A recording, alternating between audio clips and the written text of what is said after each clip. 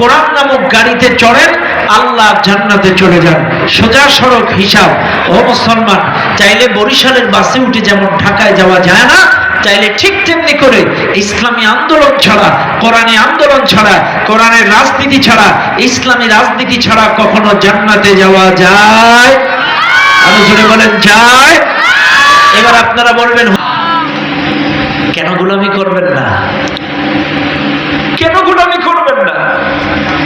একটা মানুষ এক বছরে যদি 52,05,60,000 টাকার অক্সিজেন খায়, চাইলে আপনি 50 বছরে কত কেজি খাইছেন, কত টাকার অক্সিজেন খাইছেন? কারোর বয়স 40, কারোর বয়স 30, কারোর বয়স 60, কারোর বয়স 70। এবার আপনি বুকে হাত দেন, বুকে হাত দেন যে 70 বছরে কত টাকার অক্সিজেন খাইছেন। এদেশের কোন নেতা নেত্রী আপনাকে দেয়নি, এদেশের কোন এমপি মন্ত্রী দেয়নি, কোন মেম্বার চেয়ারম্যান দেয়নি। শুনে নেন, 2 দিন ভাত না খাইলেও মানুষ বাঁচে, কিন্তু 2 মিনিট অক্সিজেন না থাকলে মানুষ বাঁচে না। কাজে সবচাইতে বড় রিজিক অক্সিজেন।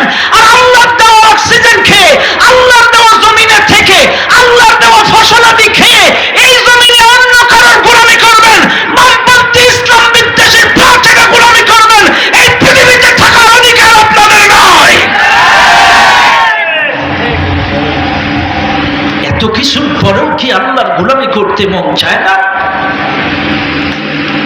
এত কিছুর পরেও কখনো কি চিন্তা করছেন কেন গোলামি করব? আল্লাহ তো বলছে ওয়াকাদা রাব্বুকা আল্লা তা'বুদু ইল্লা ইয়্যাহ। তার গোলামি করার কারণ নয়। গোলামি করবেন কেন আমি আপনাদের কারণ বলে দিলাম। যদি মনে করেন আল্লাহর গোলামি করব না, নামাজ পড়ব না, কোরআন মানব না, আল্লাহর ইসলাম মানব না, ইসলামী আন্দোলন মানব না, তাইলে আপনি অক্সিজেন বন্ধ করে দেন, খাওয়া দাওয়া ছেড়ে দেন, এই দুনিয়া থেকে দূর হয়ে যান। কোন জায়গায় যাবেন যান। এই জমিনটাকে বিছানা বানাইছে আল্লাহ, আসমানটাকে ছাদ বানাইছে আল্লাহ, ফসল দেন আল্লাহ, রিজিক দেন আল্লাহ, অক্সিজেন দেন আল্লাহ, আপনাকে আমাকে সৃষ্টি করেছে আল্লাহ। এরপরেও আপনি অন্য লোকের গোলামি করেন, এরপরেও আপনি নাস্তিকের গোলামি করেন, এরপরেও আপনি ইসলাম বিদ্বেষীর গোলামি করেন, এরপরেও কি আপনি ইসলামী আন্দোলন মানবেন না? এরপরেও কি আল্লাহর জমিনে আল্লাহর দ্বীন কায়েমের কথা বলবেন না? আরে মানুষ মিথ্যা কথা বললে, বিনা উজুয় মিথ্যা কথা বললে যদি মুনাফিক হয়, আপনি মসজিদে দাঁড়ায় 48 বার মিথ্যা কথা বলেন। Milan Milan. আপনারা যদি নামাজ পড়েন কেউ 5 ওয়াক্ত নামাজে দৈনন্দিন 48 বার বলা লাগে ইয়্যাকা না'বুদু ওয়া ইয়্যাকা নাস্তাঈন। ইয়্যাকা না'বুদু, এ কথা কি বলা লাগে না লাগে না? লাগে। এর অর্থ কি? ইয়্যাকা না'বুদু, তোমারই গোলামি করি। অর্থ কি? তোমারই। আবার বলেন, আবার বলেন, কার গোলামি? কার গোলামি? তাইলে আপনি 5 ওয়াক্ত নামাজে বললেন তোমারই গোলামি করি, তোমারই সাহায্য চাই, অথচ মসজিদের বাইরে যে এই কথাটা ভুলে যান। এরে ভাই, একবার কথা বললে ভুল হইতে পারে, ব্রেন খারাপ, 2 বার বললে ভুল হইতে পারে, আপনার বয়স হয়েছে, 3 বার বললে ভুল হইতে পারে, আপনার সমস্যা আছে। কিন্তু যে লোকটা 48 বার বলে তোমার গোলামি করি, এ ভুল করে কি করে? কথা বল না, এ ভুল করে কি করে? আপনি কোন দল করেন আমার জানার বিষয় না, কিন্তু যে লোকটা 48 বার বলে তোমার গোলামি করি, আর মসজিদের বাইরে যে যদি আল্লাহর গোলামি বাদ দিয়ে শয়তানের গোলামি করে, এর মতো মুনাফিক, টাটকা মুনাফিক আল্লাহর জমিনে আর একটা হতে পারে না। মানুষ মিথ্যা কথা বলে, তাই বলে ওযু করে মসজিদে দাঁড়ায়? একটা চোরও তো মসজিদে মিথ্যা কথা কয় না।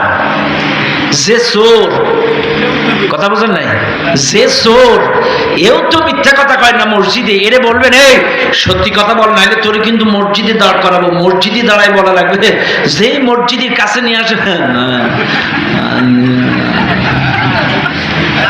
তাইলে চোরেও মসজিদের ভয়ে সত্য কথা বলে। আর আপনি কত বড় মুনাফিক! 48 বার প্রতিদিন আল্লাহকে ওয়াদা দিচ্ছেন তোমার গোলামি করি, আর মসজিদের বাইরে যে ইসলাম বিরোধীদের গোলামি করেন, আল্লাহর জমিনে কোরআন প্রতিষ্ঠা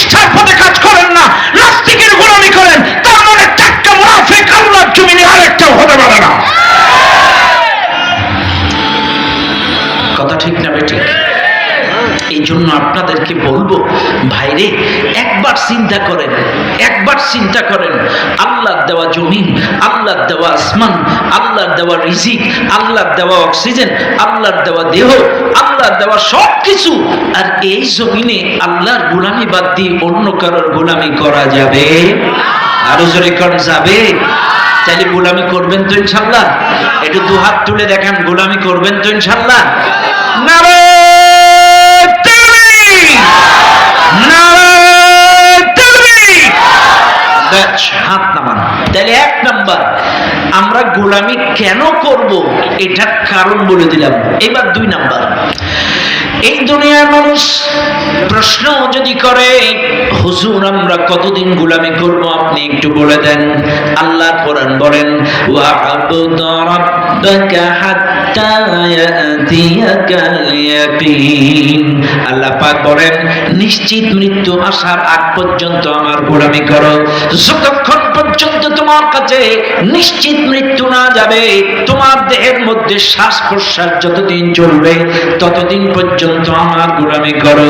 শুনে নাও দুনিয়ার মানুষ, এইবার যদি কেউ প্রশ্ন করে, হুজুর আমরা গোলামি করব কোন কোন জায়গায়, শুধু মসজিদে গোলামি করব, শুধু মাদ্রাসায় করব, নাকি কোথায় কোথায় গোলামি করব, আমাদেরকে একটু বলে দেন। আল্লাহর কোরআন তাও জবাব দেয়, ইয়া ইবাদিয়াল্লাযীনা আমানু ইন্না আরদি ওয়াসিআতুন ফাইয়ায়া ফা'বুদুন। আল্লাহ পাক বলেন, এই জমিনটা অনেক বড়, এই জমিনটা প্রশস্ত, এই জমিনে তুমি যেখানেই থাকো না কেন আমার গোলামি করো। তুমি রান্নাঘরে থাকো গোলামি করো আমার, তুমি জঙ্গলে থাকো গোলামি করো আমার, নদীতে থাকো গোলামি করো আমার, এয়ারপ্লেনে থাকো গোলামি করো আমার, সংসদে থাকো গোলামি করো আমার, ব্যবসার মধ্যে থাকো গোলামি করো আমার, যেখানেই থাকো না কেন একমাত্র গোলামি করো আমার। শুনে নেন দুনিয়ার মানুষ, এই যুগে এই পৃথিবীতে যত নবী রাসূল আল্লাহ পাঠাইছেন, প্রত্যেকটা নবীর কিন্তু একটাই দাওয়াত ছিল, গোলামি করো আল্লাহর। প্রত্যেকটা নবী দাওয়াত দিয়েছিলেন গোলামির। ওয়াইলা আদিন আখাহুম হুদা ক্বালা ইয়া কওমি ইবুদুল্লাহ মা লাকুম মিন ইলাহিন গায়রু। হুদ আলাইহিস সালাম তার কওমের মানুষের কাছে দাওয়াত দিয়েছিল আল্লাহর ইবাদতের। এরপরে সালেহ আলাইহিস সালাম দাওয়াত দিল, এরপরে শুআয়ব আলাইহিস সালাম দাওয়াত দিল। যত নবী এসেছে প্রত্যেকটা নবী ইবাদতের দাওয়াত দিল। আল্লাহ পাক আরেক জায়গায় বলেন, ওয়ালাকাদ বাআসনা ফি কুল্লি উম্মাতিন রাসূলান আন ইবুদুল্লাহ ওয়াজতানিবুত তাগুত। যুগে যুগে প্রত্যেকটা কওমের ভেতরে আমি একজন করে রাসূল প্রেরণ করেছি। এই রাসূলরা দাওয়াত দিয়েছে এই ইবাদতের দাওয়াত, আন ইবুদুল্লাহ ওয়াজতানিবুত তাগুত, গোলামি করো আল্লাহ, বর্জন করো তাগুত।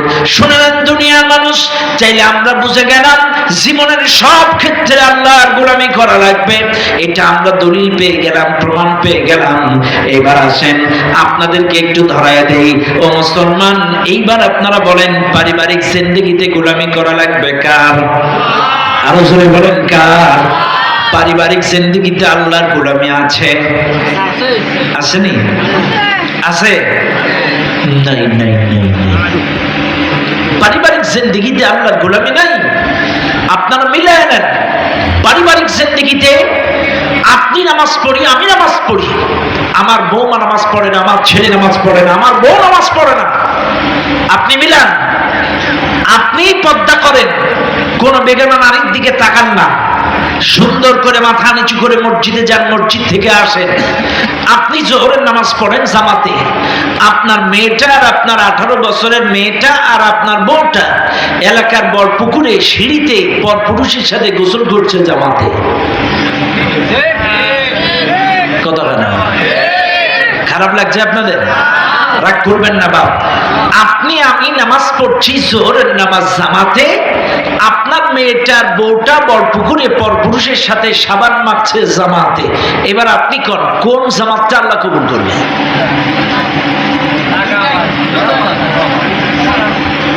রাগ করেন না আমার কথায়, বুঝার চেষ্টা করেন। তাহলে কি বুঝলাম? আমরা আল্লাহর গোলামি মসজিদে করি, কিন্তু পরিবারে আল্লাহর গোলামি নাই। নামাজটা যেমন ফরজ, পর্দা করাটাও, আবার বলেন, পর্দা করাটাও চাইলে ও নামাজি, আপনাদেরকে বলছি যারা নামাজ পড়েন, আপনাদের প্রত্যেকের উচিত আপনার বাড়ির পুকুরের একটা আলাদা পদ্মা সহকারে ঘাট করে দেওয়া, অথবা আপনার বাড়ির টিউবওয়েলটা সুন্দর করে টিনের শেড দিয়ে ঘিরে একটা দরজা করে দেওয়া। পদ্মা সহকারে গোসল করবে আপনার স্ত্রী, আপনার মেয়ে বেপদ্মায় চলবে না। এরপরে আসেন, আপনি আমি নামাজ পড়ছি জামাতে, অথচ আপনার মেয়েটা মন্টু মিয়ার বাগান বাড়ি পর পুরুষের সাথে বাদাম খাচ্ছে জামাতে। কথা বলা আছে না নাই? মা বোনেরা কি শুনতেছে বল? রাগ করবেন না, খাওয়া দাওয়া শেষ, এখন আর লাভ নেই কিছু, যে একটু ঝাল বেশি দিয়ে দেবেন তরকারিতে। কিন্তু শোনেন, বাস্তব ভিত্তিক কথা বলছি, গোলামি শুধু মসজিদে করলে চলবে না। আল্লাহ কিন্তু বলেইছে এই পৃথিবীটা অনেক বড়, তুমি যেখানেই থাকো আমার গোলামি করো। যেন পরিবারে গোলামি করা লাগবে কার? আর পরিবারের গোলামি মানে কি? ইয়া আইয়ুহাল্লাযীনা আমানু উ আনফুসাকুম ওয়া আহলিকুম নার। পরিবারের গোলামির অর্থ হলো নিজে জাহান্নাম থেকে বাঁচো, আহার পরিবার পরিজনদেরকেও বাঁচাও। চাইলে নিজে নামাজ পড়লে চলবে না, নিজে পর্দা করলে চলবে না, নিজে কোরআন হাদিস মানলে চলবে না, পরিবারের সকল সদস্যকেও চালাতে হবে। চাইলে পরিবারের মধ্যেও আল্লাহর হুকুম কায়েম করতে হবে, এই গোলামিটা চালু করতে হবে। মনে থাকবেন ইনশাআল্লাহ। এটার অনেক ব্যাখ্যা বিশ্লেষণ ছিল, ব্যাখ্যা বিশ্লেষণ দিলাম না। এরপরে আসেন, ও দুনিয়ার মানুষ, ব্যবসার মধ্যে গোলামি করবেন কার? আরো জোরে বলেন কার? আসেনি? ব্যবসার মধ্যে গোলামি আছে? নাই নাই নাই, ব্যবসার মধ্যে গোলামি নাই। ব্যবসার মধ্যে এখন শয়তানের গোলামি। আমার কথায় রাগ করেন না। আপনার প্রথমে তুজুলপুরি বাগানে একটা চায়ের দোকান ছিল, একটা পানের দোকান ছিল। দৈনন্দিন আপনার 800 টাকা 900 টাকা বিক্রি হতো, 400 টাকা খরচ, 500 টাকা ক্যাশ। তাইলে মাসে হতো কত? 15,000 টাকা, তাই তো নাকি? 15,000 টাকা আপনার খরচ খরচা বাদ দিয়ে মাসে থাকতো। কিন্তু কে বা কারা আপনাকে এসে আলাদিনের সেরাক দেখালো, রাতারাতি স্বপ্ন দেখালো, লোন নাও, একটা পজিশন নাও, মার্কেটে একটা দোকান নাও, বেচা কেনা দুমদাম হবে, তুমি লোন নিবা 5 লাখ, ইন্টারেস্ট দিবা, নামাজ পড়বা, দোকান চালাবা, ব্যাস জিকির করবা ইল্লিল্লাহ। অথচ সুদের ইন্টারেস্ট দিচ্ছে না, আশা বিরাট সমিতির ইন্টারেস্ট, এদিকে আপনি নামাজ পড়ছেন ইল্লিল্লাহ। এ কথা না? কথা কি বুঝেন আপনারা? বুঝেন, কিন্তু কথাগুলো আমার কিন্তু একটা অনর্থক অযৌক্তিক কোনো কথা আমি বলি না। চাইলে আমরা কি বুঝলাম? নামাজও পড়ছি, সমিতির লোন টানতেছি। আমি কিন্তু বলি মাঝে মাঝে, সুদ দেওয়াও যা, নেওয়াও তা। সুদের সাক্ষী, সুদের হিসাব রক্ষক, সুদের যে দেবে যে নেবে, 4 জনের উপরে সমান লানত, সমান লানত, অভিশাপ। 1 টাকা সুদের মধ্যে 70টা গুনাহ। সবচাইতে ছোট গুনাহ আপন মায়ের সাথে স্ত্রীর মতো আচরণ করা। আর সবচাইতে বড় গুনাহ আল্লাহর সাথে যুদ্ধ করা। ফিরাউন নমরুদ আল্লাহকে মারতে চেয়েছিল, তীর মেরেছিল নমরুদ আল্লাহকে মেরে দেবে, মনে আছে না? তীর মেরে দিয়েছিল আল্লাহকে হত্যা করবে। ও ভাই, তাহলে সবচাইতে বড় গুনাহ আল্লাহর সাথে যুদ্ধ করা, আর ছোট গুনাহ হলো আপন মায়ের সাথে স্ত্রীর আচরণ করা। আরে ভাই, যেই মা আপনাকে 9 মাস 10 দিন গর্ভে নিল, যেই মা আপনাকে 24টা মাস বুকের তাজা দুধ খাওয়ালো, সেই মায়ের সাথে স্ত্রীর আচরণ করতে আপনার বিবেকে একবারও বাঁধলো না? একবারও বাঁধলো না? সুদ খাওয়ার মায়ের সাথে জেনা করা সমান।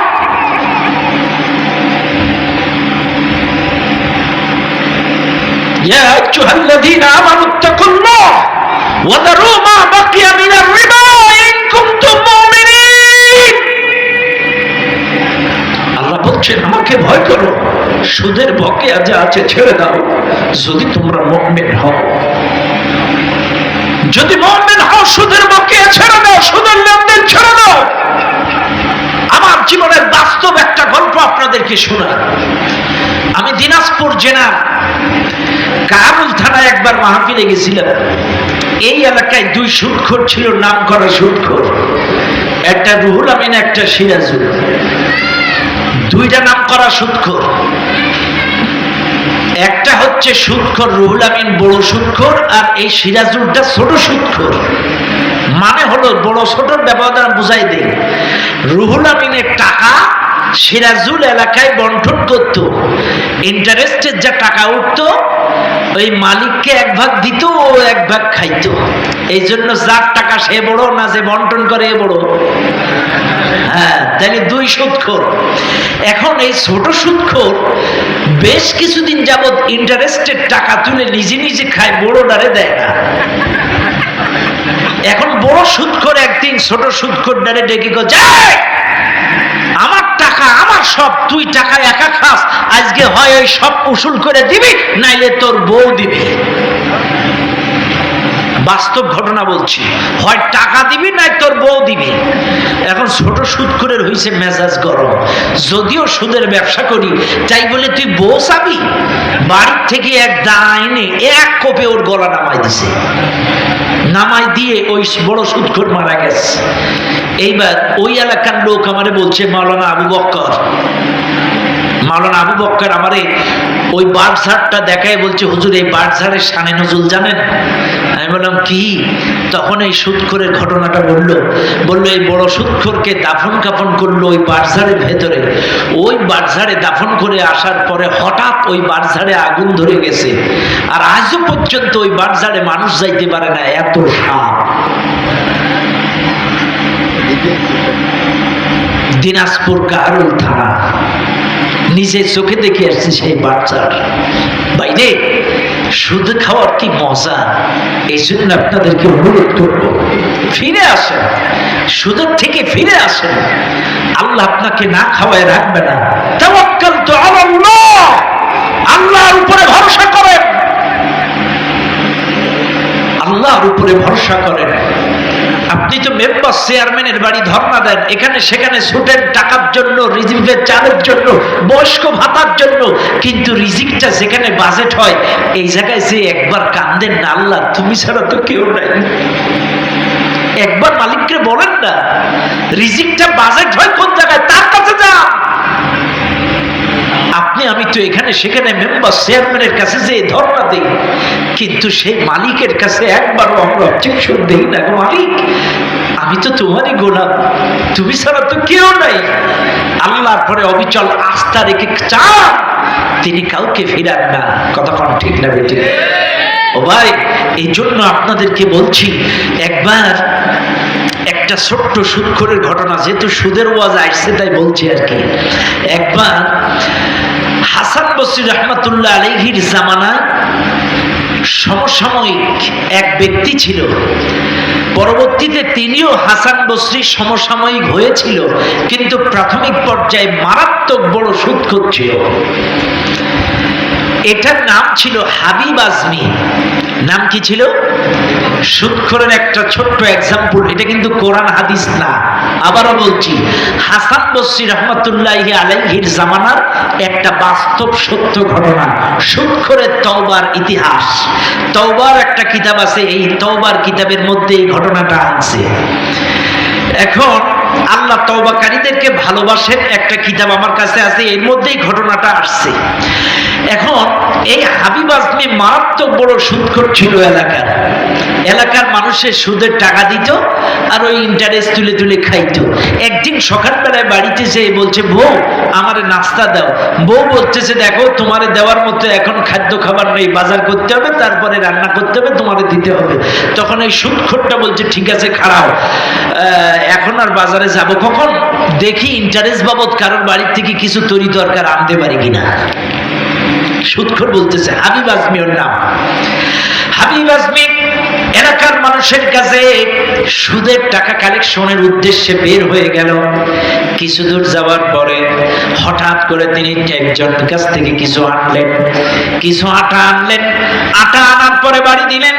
বাড়ি দেওয়ার পরে এইবার বলতেছে, বউ তুমি রুটি বানাও, আমি দেখি আর কোন জায়গায় কিছু তরি দরকার পাই কিনা। হাবিব আজমি সূক্ষ্ম ইন্টারেস্ট বাবদ কিছু আনা যায় কিনা এই উদ্দেশ্যে বাড়ির থেকে রওনা দিলেন। একজন ব্যক্তির নাম মনে পড়লো, একজন ব্যক্তির নাম যখন মনে পড়লো, এই লোকটার বাড়িতে যাবে অনেক দিন বাবদ তার কাছ থেকে ইন্টারেস্টের টাকা কালেকশন করা হয় না। তার বাড়ির দিকে রওনা দিলেন। প্রতিমধ্যে কিতাবের মধ্যে আসছে, প্রতিমধ্যে রাস্তার মধ্যে অনেকগুলো বাচ্চারা খেলা করছিল। বাচ্চাদের মধ্যে আল্লাহ পাক কি ইলহাম, কি ভাব আল্লাহ বাচ্চাদের মধ্যে দিয়ে দিল। এই বাচ্চারা ডাক দিয়ে বলে, ও আমার বন্ধুরা, তোমরা তাড়াতাড়ি রাস্তা ফাঁকা করে দাও। ওই যেই লোকটা আসছে আল্লাহ লানত প্রাপ্ত, অভিশাপ প্রাপ্ত বান্দা, অভিশপ্ত বান্দা, এই লোকটার গায়ের ধুলা যদি তোমাদের কারোর গায়ে লেগে যায় তোমরাও কিন্তু লানত প্রাপ্ত হয়ে যাবা। তাড়াতাড়ি ওই লোকটার জন্য পথ ফাঁকা করে দাও। শুনে নেন দুনিয়ার মানুষ, এই লোকটা যাচ্ছিল সুদের ইন্টারেস্ট কালেকশন করার জন্য। আল্লাহ পাক এই বাচ্চাদের মধ্যে কি ইলহাম দিয়ে দিলেন। এই বাচ্চাদের কথাটা হাবিব আজমির কানের মধ্যে গেল, কিন্তু কোনো কথা ভ্রুক্ষেপ করলেন না। হাবিব আজমি একজনের বাড়ি চলে গেলেন, অমুকের বেটা অমুক, অমুকের পুত্র অমুক বাড়ি আসো নাকি। হঠাৎ তার বাড়ির ভেতর থেকে কান্নার আওয়াজ ভেসে এলো। তার স্ত্রী ডেকে এসে বলছেন, ওগো মালিক শোনেন, আপনি যাকে ডাকছেন এই লোকটা মারা গেছে গত রাতে। উনি মারা গেছেন, গত রাতে ইন্তেকাল করেছেন। এই হাবিব আজমি সুদখোর এবার ডাক দিয়ে বলে, কাজটা ভালো করে নাই, আমার টাকা না দিয়ে মরল কেন? বুঝেন না আপনারা, এই কাজটা ভালো করে না, আমার টাকা না দিয়ে মরল কেন? দেখো অমুকের বউ, আমি এত কিছু শুনি না, আসল না হয় পরে দেবা, ইন্টারেস্ট বাবদ ঘরে যা আছে আনো। এটা লোক মারা গেছে, কিন্তু সুদখোরের হৃদয়ে আল্লাহ কি মোহর মারিয়ে দিছে, কোন অনুতপ্ত অনুশোচিত না। বলছে আসল না হয় পরে দিও, ইন্টারেস্ট বাবদ ঘরে যা আছে আনো। স্ত্রী চোখের পানি ছেড়ে দিয়ে বলতেছে, দেখেন আমার স্বামী এমন কিছু রেখে যায় নাই, আমার বাচ্চাদেরকে খাওয়াবো এমন কিচ্ছু নয়। আমার দুটো ছোট ছোট বাচ্চা আছে, এই বাচ্চা দুটো ক্ষুধার যন্ত্রণায় কাঁদতেছিল। সকালে পাশের বাড়িতে একটা আকিকা হইছে, ছাগলের একটা মাথা আমার দুটো বাচ্চাকে খাওয়ার জন্য সকালবেলায় দিছে। এইটা ছাড়া অবশিষ্ট আমার বাড়ি কিচ্ছু নাই। সুদখোর হাবিব আজমি হো হো করে হেসে বলছে, ঠিক আছে ঠিক আছে, আসল না হয় পরে দিও, ইন্টারেস্ট বাবদ ছাগলের মাথাটা দাও। এত বড় পাপিষ্ঠ ব্যক্তি হাবিব আজমি ছাগলের মাথাটা আনলেন। ছাগলের মাথাটা স্ত্রী কিছুতেই দিবে না। এই সুদখোর ঘরের মধ্যে ঢুকে জোর করে পেয়ালার ভেতর থেকে ছাগলের মাথাটা নিয়ে নিলেন, সিনায়া নিলেন, রুটি দিয়ে ছাগলের মাথা ভোনা করে বড্ড টেস্ট লাগবে। হাবিব আজমি ছাগলের মাথাটা নিয়ে সো মেরে নিয়ে চলে যাচ্ছেন। বাড়িতে যাওয়ার পরে আরে স্ত্রীকে দিয়ে বলছে, স্ত্রী সুন্দর করে ভোনা করে রাখো, আমি দেখি আর কোনো জায়গায় কিছু কালেকশন করা যায় কিনা। এবার প্রিয়তমা স্ত্রী, হাবিব আজমির স্ত্রী সুন্দর করে ছাগলের মাথাটা ভুনা করে পেয়ালায় ঢেকে রেখেছে। কিছুক্ষণ পর হাবিব আজমি এসে বলছে, দাও দাও দাও, অনেকদিন ছাগলের মাথা দিয়ে রুটি খাওয়া হয় না, ছাগলের মাথা দিয়ে রুটিটা খাই, এবার মাথাটা দাও। এইবার স্ত্রী পেয়ালা দিয়ে ঢাকা একটা পাত্রে রুটি, একটা পাত্রে ছাগলের ভুনা মাথা, দুটো পাত্র সামনের মাথা এনে দিয়ে এবার যখন ছাগলের মাথার ঢাকনাটা উঁচু করলো, হঠাৎ করে হাবিব আজমি টের পেল এই ছাগলের মাথা ভোনা করা নয়, টুকরো টুকরো ভোনা করা, কিন্তু পয়সে গুলে পুজ রক্ত খান খান করে গুলে পড়তেছে। এত দুর্গন্ধ ঘরের মধ্যে বসা যাচ্ছে না। স্ত্রী আশ্চর্য হয়ে ডাক দিয়ে বলে, কসম খোদার, বিশ্বাস করো স্ত্রী। স্ত্রী বলছে, স্বামী আমার, আমি তোমার জন্য এত সুন্দর করে ভোনা করে ঢেকে রাখলাম, কিন্তু এমন হলো কেন জানি না। এই দুর্গন্ধ পচা গলে গলে পুজ হয়ে গলতেছে, একেবারে দমদম করে গন্ধ, ঘর দুর্গন্ধ হয়ে গেল। এবার এই দৃশ্যটা দেখে হাবিব আজমির মনের মধ্যে নাড়া দিয়ে উঠলো, আরে মানুষ পাপিষ্ট হয়, আমার মতো পাপিষ্ট এই দুনিয়ায় আর কেউ হতে পারে না।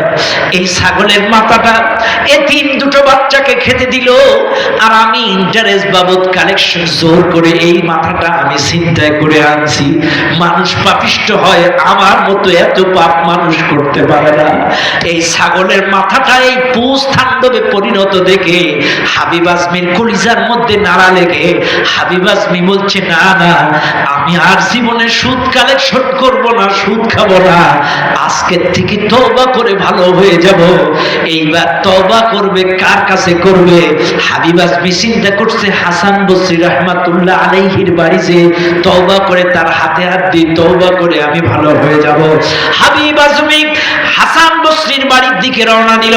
হাসান বসরির বাড়ির দিকে যখন রওনা দিল, প্রতিমধ্যে ওই বাচ্চারা রাস্তার মধ্যে খেলতেছিল। এই বাচ্চাদের মধ্যে আল্লাহ পাক আবার ভাবটা পরিবর্তন করে দিলেন, এলকা এলহাম ভাব চেঞ্জ করে দিলেন। বাচ্চারা ডাক দিয়ে বলে, বন্ধুরা তোমরা এই লোকটাকে স্বাগতম জানাও, আল্লাহর একজন মাহবুব রহমত প্রাপ্ত বান্দা আসতেছে। চিৎকার মেরে বলেন সুবহানাল্লাহ। হাবিব আজমি চোখের পানি ছেড়ে চিৎকার মেরে আকাশের দিকে তাকায় বলেন, আল্লাহ আমি কেবল তওবা করার নিয়ত করে বের হয়েছি। একটু আগে যখন সুদের ইন্টারেস্ট কালেকশন করতে যাচ্ছিলাম তখন এরা বলেছিল লানতপ্রাপ্ত লোক, সেটাও আমি শুনেছি। আর এখন যখন আমি একটু আগে ইন্টারেস্ট নিতে গেলে ওরা বলেছিল লানতপ্রাপ্ত অভিশপ্ত, আর আমি এখন তওবার নিয়তে বাড়ির থেকে বের হয়েছি, এরা বলছে আমি আল্লাহর রহমত প্রাপ্ত। মালিক আমি শুধু নিয়ত করেছি আর সুদ খাবো না, তাই যদি আমার সম্মান এত বেড়ে যায় না জানি তওবা করার পরে কত বেড়ে যাবে। জোরে বলেন সুবহানাল্লাহ। কাজী মোহনপুরের মানুষ, আপনাদেরকে বলি ফিরে আসেন, তওবা করেন, হারাম খাবো না, হারাম খাবো না, সুদের সাথে সম্পৃক্ত থাকবো না, জীবনের মতো তওবা করেন। আপনার ইজ্জতটাকে বাড়ায় দিবেন কে? আরো জোরে বলেন কে? আল্লাহ আপনার ইজ্জত বাড়ায় দিবেন, সম্মান বাড়ায় দিবেন, জীবনের গুনাহগুলো মাফ করে দিবেন। বান্দা আপনি যদি মনে করেন আপনার গুনাহ পাহাড় পরিমাণ, আল্লাহর ক্ষমা আসমান পর্যন্ত। আপনি যদি মনে করেন আসমান আর জমিনে আপনার গুনার কোনো ফাঁকা নাই, সব গুনাহ, আল্লাহ বলছে আমার রহমত আরশে আজিম পর্যন্ত। চিৎকার মেরে বলেন সুবহানাল্লাহ। এই জন্য কেউ আল্লাহর রহমত থেকে নিরাশ হবেন না, তওবা করবেন। যে সুদ খান, ঘুষ খান, যত হারাম উপার্জন আপনারা আজ থেকে তওবা করে নেবেন ইনশাআল্লাহ। মনে থাকবে ইনশাআল্লাহ। তাহলে বলেন তো ব্যবসা করার সময়, ও বাবা এই বুঝছে সুবহানাল্লাহ করনা। এই জন্য মনে রাখবেন, আপনাদেরকে বলছি, তাহলে বলেন ব্যবসা করার সময় গোলামি করবেন কার? আহাল্লাহুল বাই'a ওয়া হাররামার রিবা। ব্যবসা হালাল, সুদ হারাম। তাহলে ব্যবসা কিন্তু প্রত্যেকটা নবীদের সুন্নাত। ম্যাক্সিমাম নবী ব্যবসা করেছেন, বড় বড় সাহাবা আজমাইনরা ব্যবসা করেছেন। ব্যবসার মধ্যে আল্লাহর রহমত আছে, বরকত আছে, কিন্তু অবৈধ পন্থায় নয়, বৈধ পন্থায় ব্যবসা করবেন, আল্লাহর রহমত নাজিল হবে।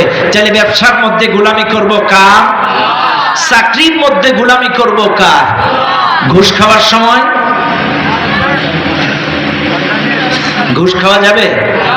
জোরে বলেন যাবে না? আমি একটা ছোট্ট এক্সাম্পল দিলে আপনারা বুঝবেন না।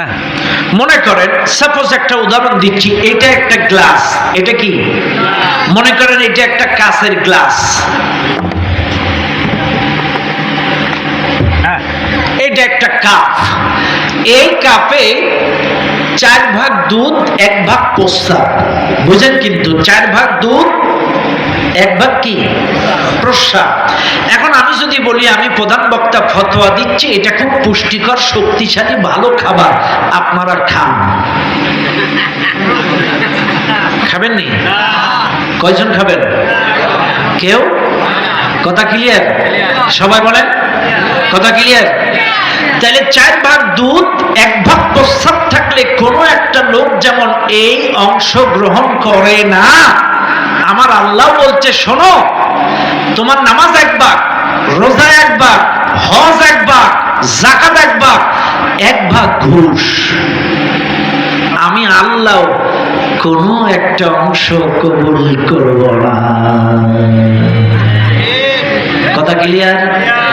চাইলে 4 ভাগ দুধ 1 ভাগ প্রস্রাব থাকলে এই দুধ যেমন কেউ গ্রহণ করে না, চাইলে নামাজ রোজা হজ যাকাত 4 ভাগ 1 ভাগ অবৈধ উপার্জন আল্লাহ আপনার কোনো একটা ইবাদত কবুল। কথা ক্লিয়ার? ব্যাস, তাহলে চাকরি করার সময় গোলামি করবেন কার? মনে থাকবে আপনার ইনশাআল্লাহ। আমি তো মাঝে মাঝে বলতে চাই না, তারপরে মুখ চুলকায় আর কি। একজন সরকারি কর্মকর্তা, বাংলাদেশ না এটা শ্রীলঙ্কার কথা বলছি, ৩,৫০০ বিঘে জমির মালিক। কথা বলে না,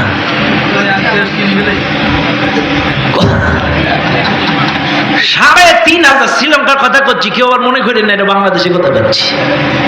৩,৫০০ কোটি টাকার মালিক, এই সম্পত্তির মালিক, ৩,৫০০ বিঘা, ৫২টা অ্যাকাউন্ট জব্দ। আর দেশ বিদেশের তো আরো চিরুনি অভিযান করে নাই, এটা জাস্ট উপর দিয়ে অভিযান হয়েছে। আশ্চর্য হয়ে যাবেন ভাইরে। আজকে এরকম অসংখ্য, এই যে দেখেন যে ছেলেটা ছাগল কিনতে গেল, ওরা এখন দেশ ছাড়া। আমি চিন্তা করছি আল্লাহ, সামনের বারে তো বড় গরু ছাগল আর কেউ কিনবে না। যে হারে সাংবাদিকেরা লেগেছে, এই ৭০ লাখ টাকার গরু আর ১৫ লাখ টাকার ছাগল, সে কিছু খুঁড়তে কেউটি বেরোয় গিয়েছে। হ্যাঁ, আশ্চর্য হয়ে যাবেন। একজন ভ্যাট কর্মকর্তা, ইনকাম ট্যাক্স উঠানো হয়, ভ্যাট কর্মকর্তা, এ যদি ১৫ লাখ টাকা ছাগল কেনে আর ৭০ লাখ টাকার গরু কেনে, ওর বেতন ছিল ৭৫,০০০ টাকা।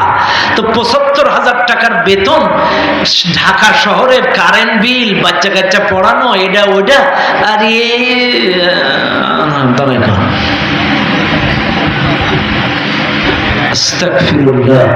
আবার বড় বড় গল্প করে দেশপ্রেম দেশপ্রেম দেশপ্রেম। কোথায় গেল মুক্তিযোদ্ধারা, স্বাধীনতার পক্ষের শক্তিরা? কই? কেউ কোনো কথা বলছে না। আজকে সেন্ট মার্টিন নিয়ে ষড়যন্ত্র হচ্ছে, আজকে ষড়যন্ত্র হচ্ছে এই রাস্তা দিয়ে অন্য দেশের সবকিছু চলবে। পররাষ্ট্রনীতি ভালো, পররাষ্ট্রনীতি একটা দেশ চালাইতে গেলে পররাষ্ট্রনীতি ঠিক রাখতে হয়। তাই বলে আমার নিজের শরীর, আমার নিজের দেহ, নিজের বাড়ি বন্ধক রেখে, আস্তাগফিরুল্লাহ, আমার কথায় ভুল বুঝবেন না। আমার ভিটা ৩০ লক্ষ শহীদের রক্তের বিনিময়ে এই দেশটাকে স্বাধীন করা হয়েছে। ২ লক্ষ মা বোনের ইজ্জতের বিনিময়ে এই দেশটা স্বাধীন করা হয়েছে। তাইলে এই ৩০ লক্ষ শহীদের রক্তের বিনিময়ে যে দেশ স্বাধীন, সেই দেশের ১ ইঞ্চি জমি বিনা কারণে আমরা কারোর কাছে ছেড়ে দিতে পারি না। কথা বলেন ঠিক না বলে?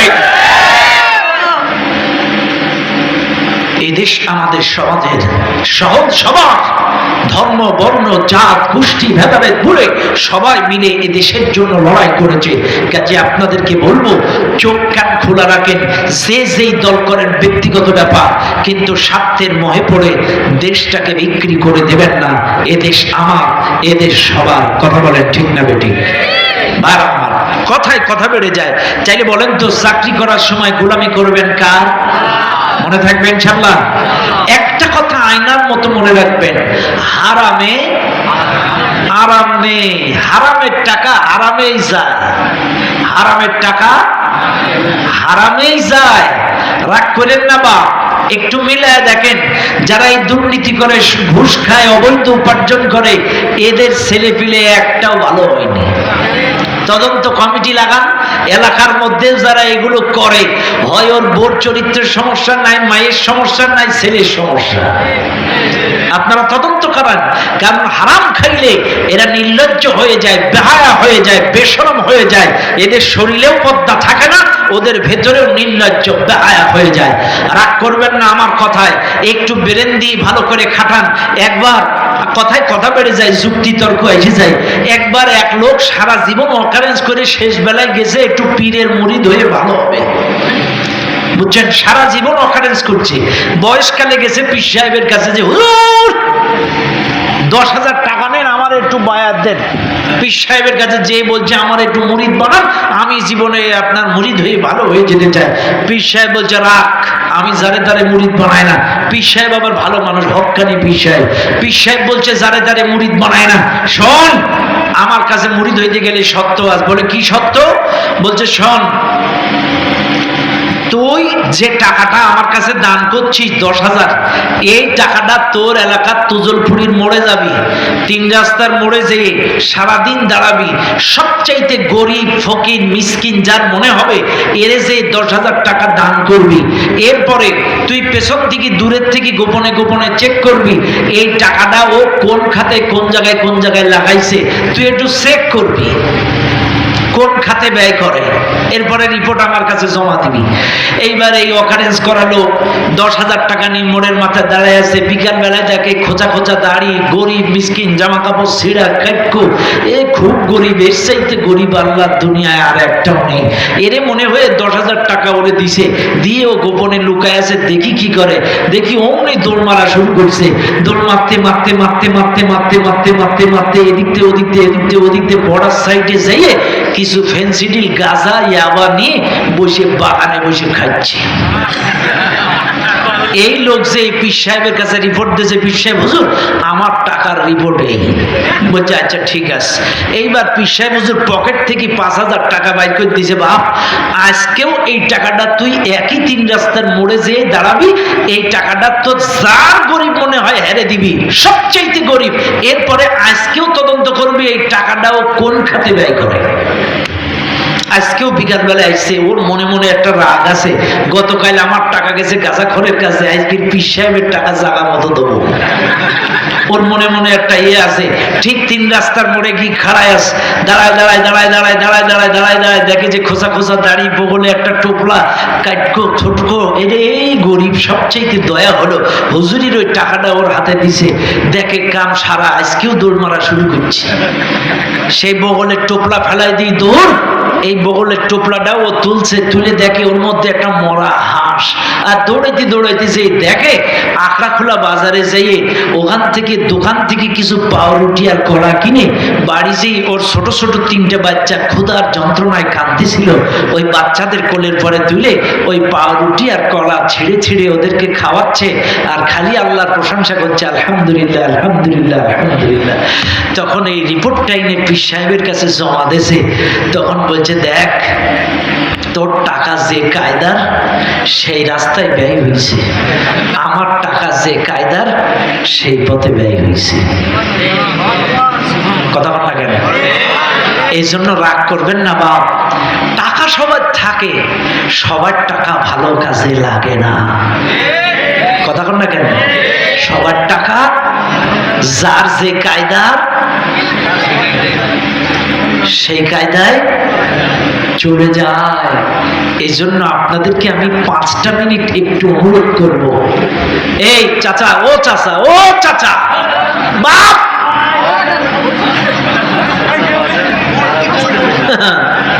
বাপ বসেন। এই হুজুর গেটটা লাগাই দাও। না না লাগাই না, লাগাই না, পেছনে শোনেন বাপ, আমি জানি আপনাদের সবার হালাল উপার্জন। ভাইরে, 10-এর লাঠি 1-এর বোঝা। এই মসজিদের এখনো অনেক কাজ বাকি। দেখেন এই যে বাথরুমটারও এখনো অনেক কাজ। এটা ওযুখানা না, বাথরুম খানা। তারপরে এখানে এখনো অনেক কাজ বাকি। বাইরে যদি কেউ মনে করেন আল্লাহর ঘরে কিছু অংশগ্রহণ করবেন, 10-এর লাঠি 1-এর বোঝা, সবার টাকা ভালো কাজে লাগে না। বাইরে কারোর টাকা গান বাজনা, যাত্রা, সিনেমা, এদিকে ওদিকে চলে যায়। আপনারা মনে করেন না যে ওয়াজ কালেকশন করছি বলে ওয়াজ শেষ। ওয়াজ কিন্তু এখনো শুরু করি নাই, কেবল মাত্র একটা পয়েন্ট হয়েছে, এখনো কিন্তু ওয়াজ বাকি। শুধুমাত্র ইবাদত বলেছি, এখনো কিন্তু ওয়াজ বাকি আছে। আমি কিন্তু ওয়াজ শেষ করছি না, আমি ওয়াদা দিচ্ছি আমি আলোচনা করব। তবে এই মসজিদের জন্য কিছু চাবো, মাত্র 5 মিনিট, আমি 1 মিনিট বেশি যাব না। আপনারা সবাই একটু বসেন, আমি নগদ পরে নেব। আগে বসেন, নগদ পরে নেব, একটু বসেন এই জায়গায়। হ্যাঁ নিয়ে নেন। বাইরে হুজুর মসজিদের কি কি লাগবে চাচা? এখান থেকে উজুখানা বানাবেন।